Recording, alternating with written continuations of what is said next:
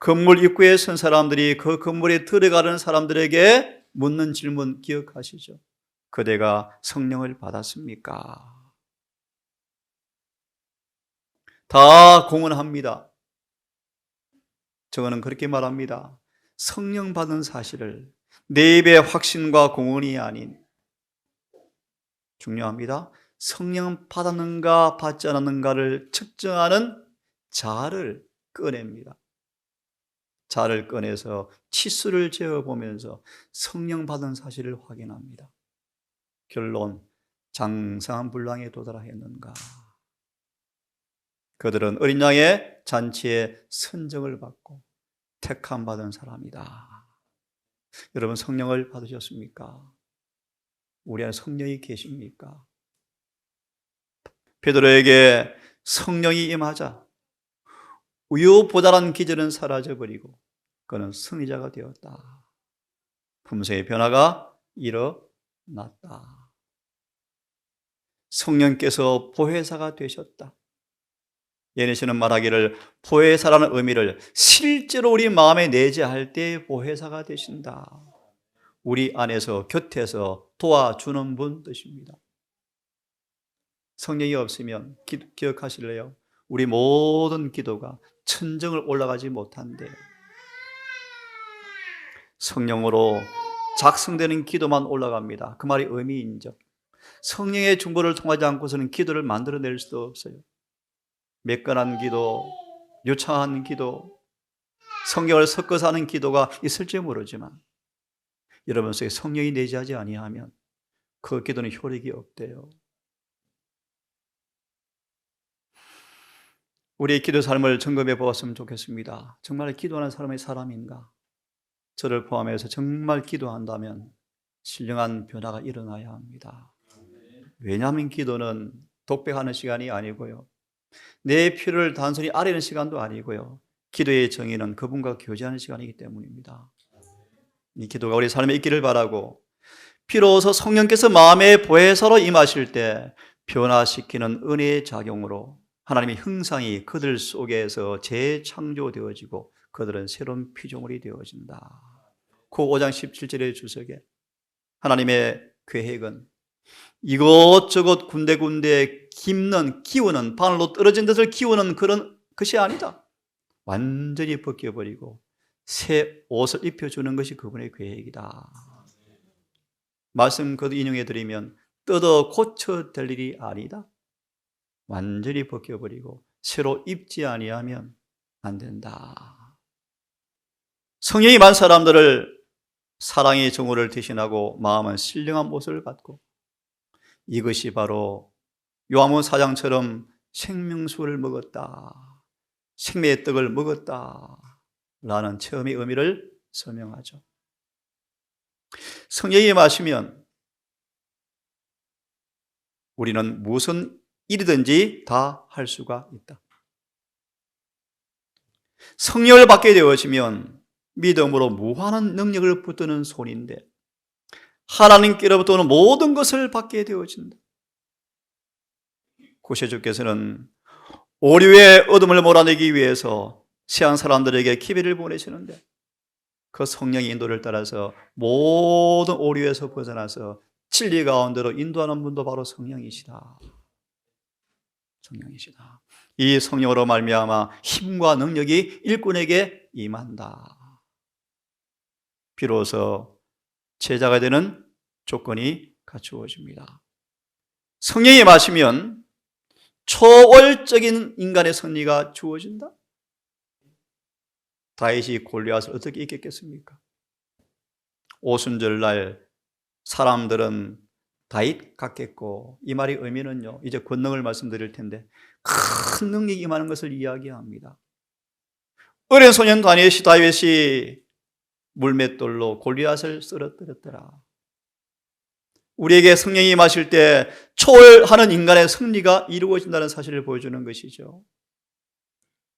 그들은 주님께서 사랑하는 것처럼 사랑하고 순결하고 거룩하고 이기심이 없는 분위기 속으로 끌어올려진다. 갑자기 기억이 걸어드는 마침내 성령을 통하여 이런 변화를 받는 사람들은 하늘 문턱까지 당도한다. 문턱까지. 성령의 은혜입니다. 거듭 반복합니다. 우리 안에 그리스도의 품성으로 재창조받지 못한 사람 치고 한 사람도 하늘에 못 갑니다. 오직 그 일은 성령이 내재하야만 가능한 일입니다. 한번 읽어드리겠습니다. 1879년 10월 23일 새벽 2시.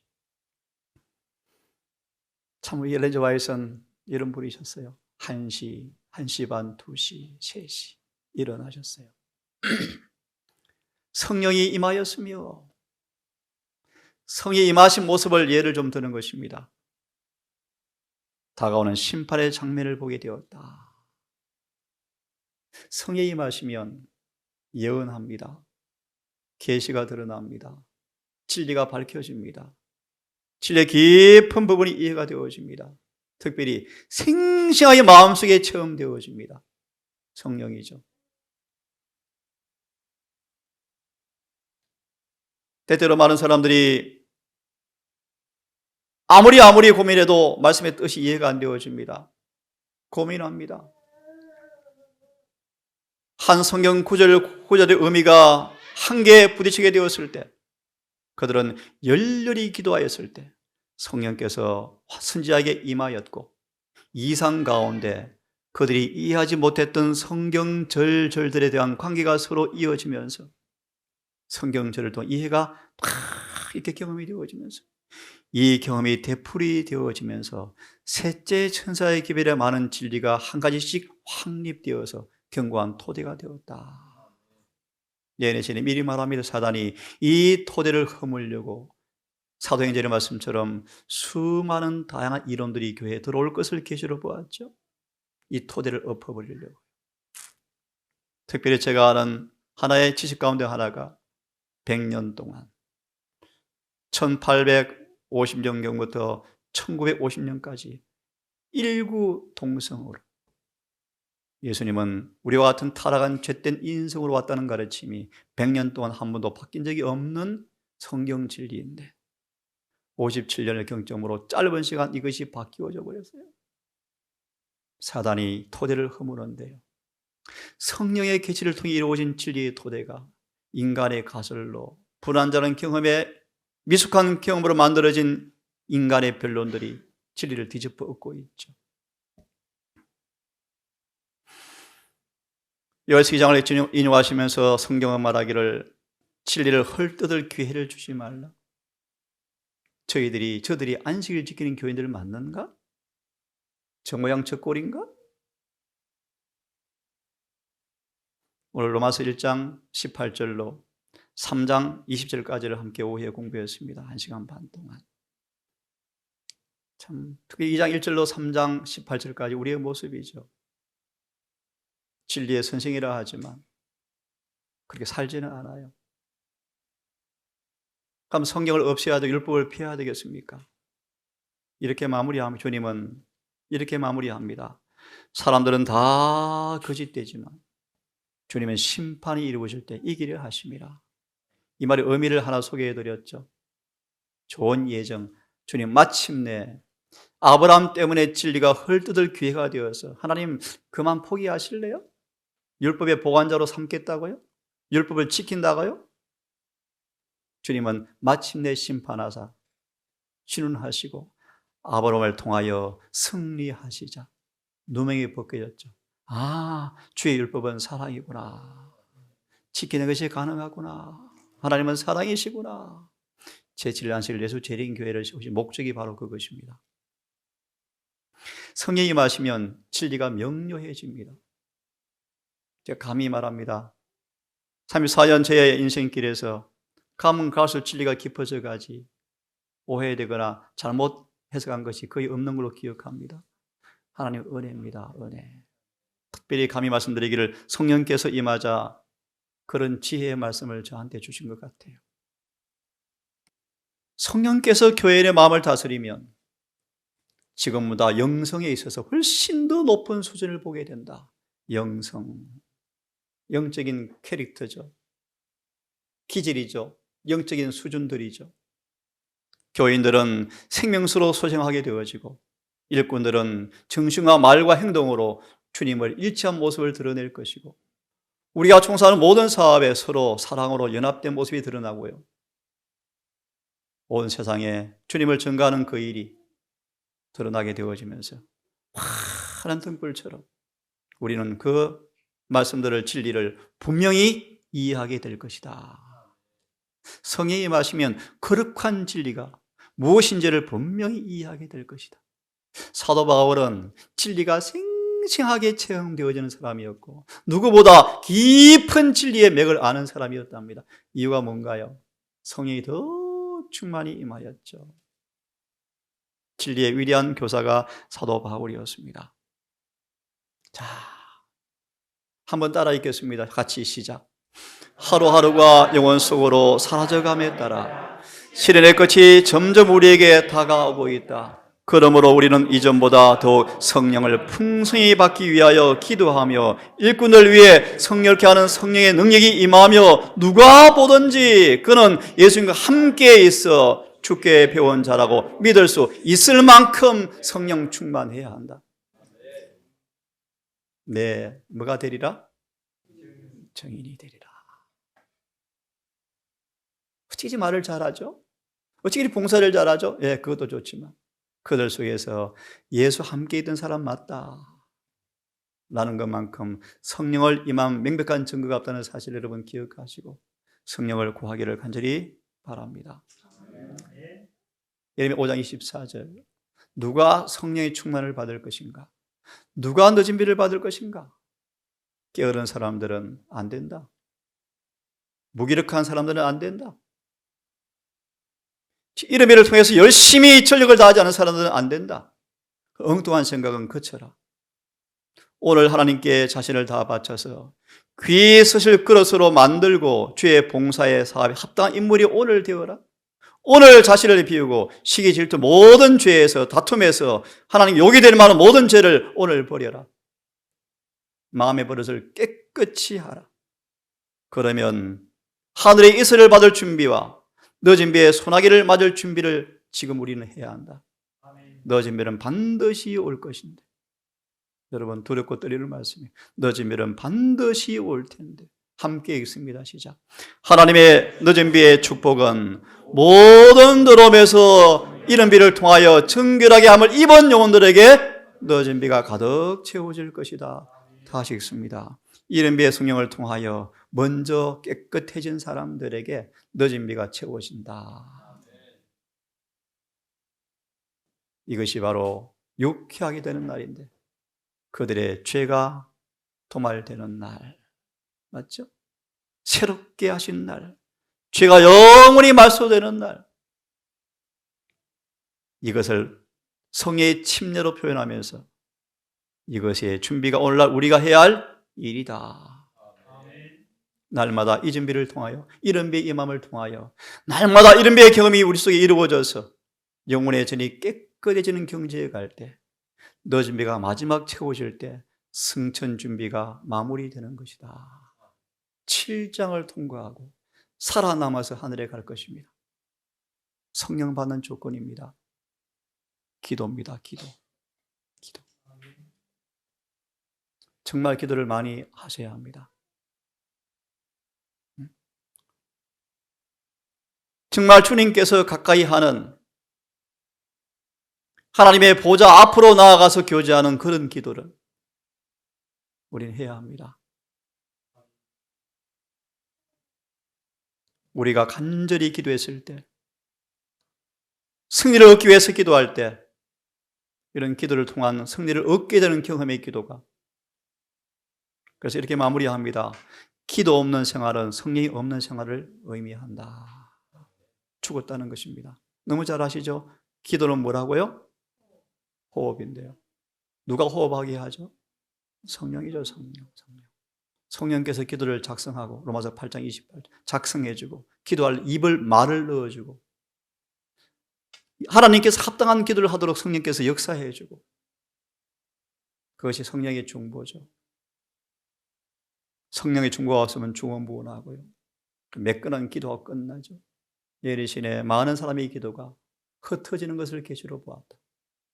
어떤 사람의 기도는 다이아몬드처럼 쫙 모아져서 하늘에 올라가는데, 어떤 사람의 기도는 지붕에 올라가다 흩어져서 희미해져 버리는데,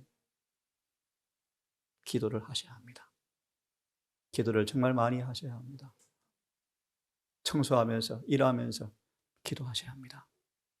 가면서 기도하죠. 찬미하죠. 묵상하려고 애를 쓰죠. 연합해야 합니다. 성령으로 하나가 되셔야 합니다.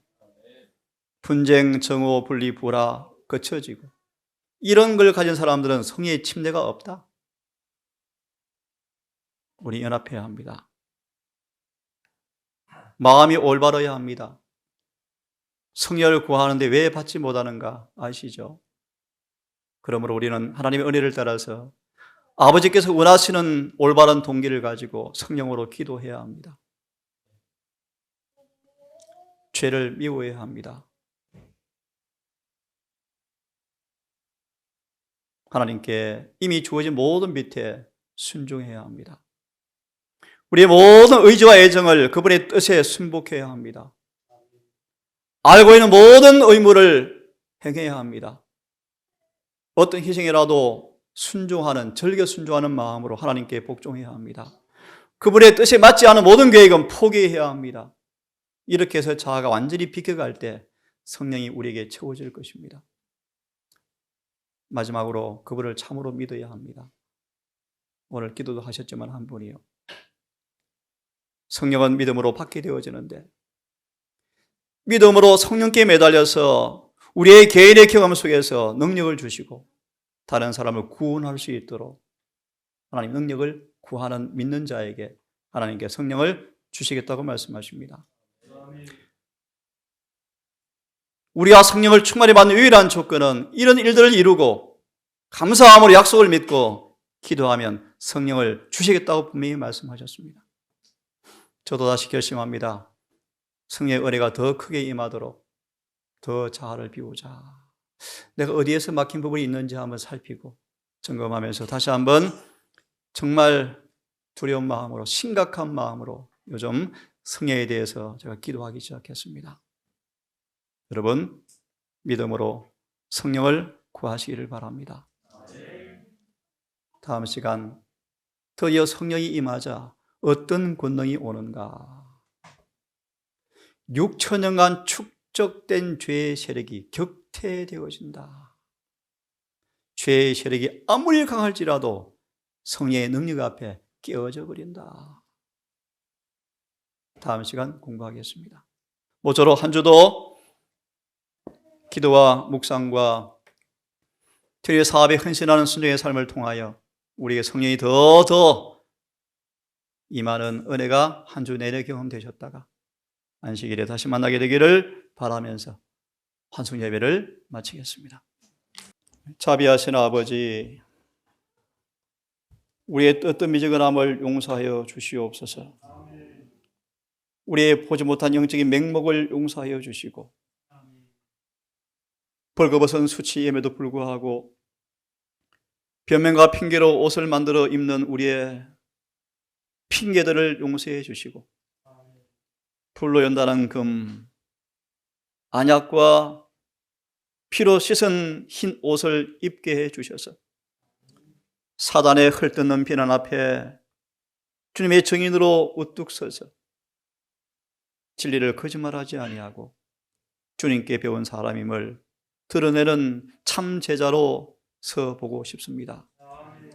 아버지, 우리의 영혼의 성수 안에 주님 가는 거처가 준비되어져야 합니다.